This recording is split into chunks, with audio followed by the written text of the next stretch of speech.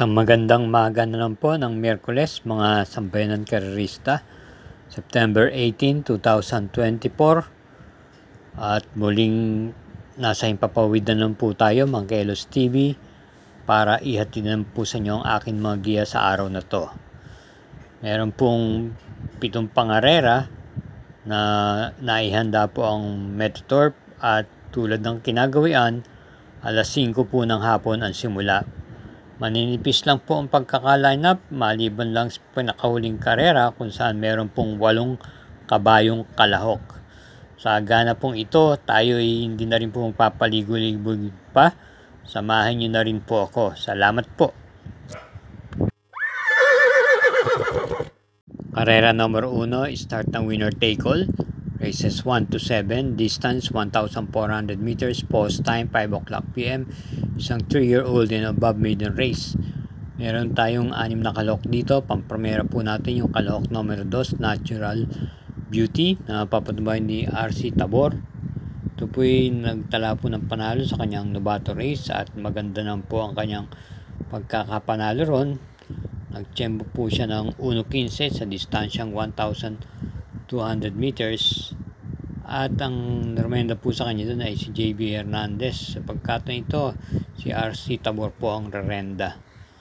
At bilang panigunda po natin, isama natin yung numero sa race, Cheers ni RC Suson na isang deremate.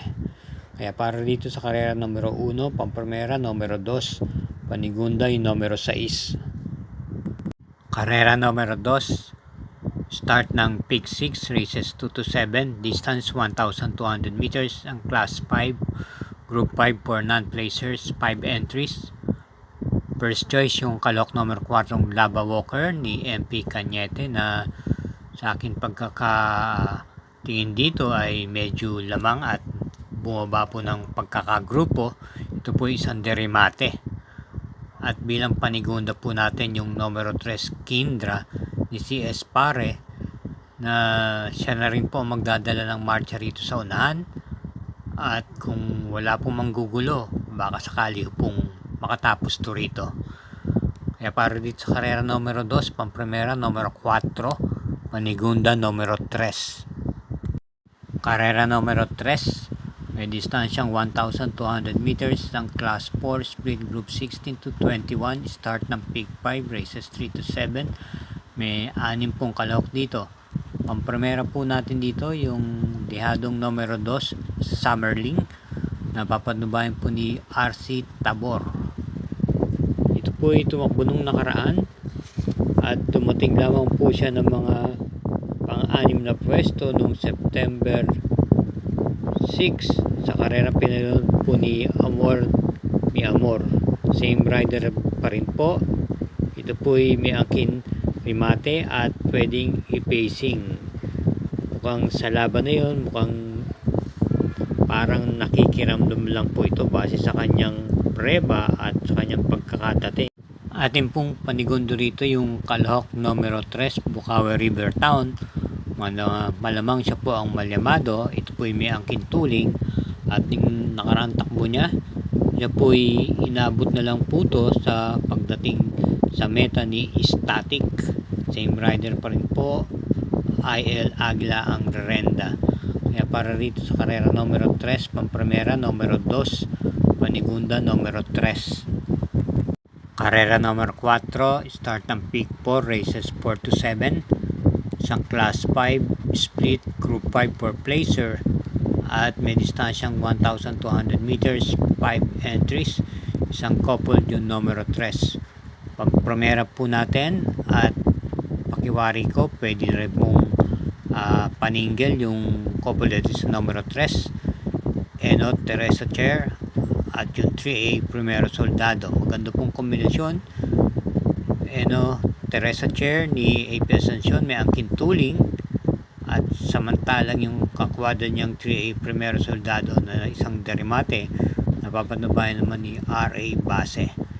Kaya sa akin palagay, pwede na kung single ito rito sa karera numero 4, kalahok numero 3. Para sa updated karera tips o giya at iba pang info, huwag po tayong makakalimut na mag-subscribe, Pag-share na rin po at i-hit na rin po ang like button. Salamat po.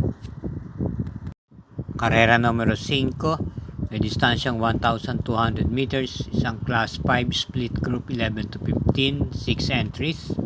Pang-primera yung kalahok numero 6, instant message ni NC Lunar.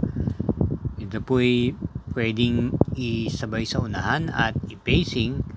At bilang panigundo po natin dito yung numero 4, advocacy ni JM Storke na isang derimate. Kaya para rito sa karera numero 5, pang-primera numero 6, panigundo numero 4. Karera numero 6, penultimate race, isang class 5 split group 11 to 15, may distansyang 1,200 meters, another 6 entries. At ang ating pang-primera rito yung kalahok numero 1, Buwayang Bato na ipipacing, at meron din po ang kinrimate from M.A. Alvarez, balik po kay O.P. Cortez ang renda.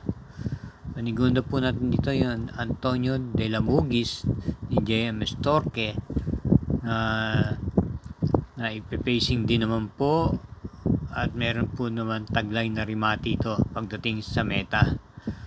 Kaya para dito sa karera numero 6, pang-primera numero 1, panigunda numero 5. Karera numero 7, last daily double, parating po ng winner take all, pick 6, pick 5 at pick 4, may distansyang 1,200 meters, ang class 5 split group 6 to 10, at meron po tayong 8 kalahok dito.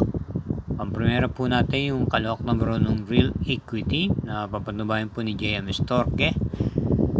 Ito yung may taglay pong tuling at pwede rin naman po itong i-pacing. Bilang panigunda po natin dito yung numero 7, Great Connection ni R.A. Base, na angkop niya po itong distansyang 1,200 meters. Kadalasan sa distansya pong ito siya nananalo.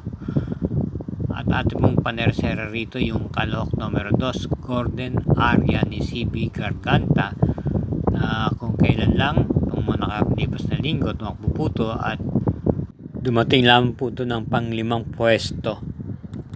Ito po ay may angkin rimate at naisusunod-sunod lang din po. Kaya para dito sa karera numero 7, pang-primera numero 1, panigunda numero 7 at panersera yung numero 2.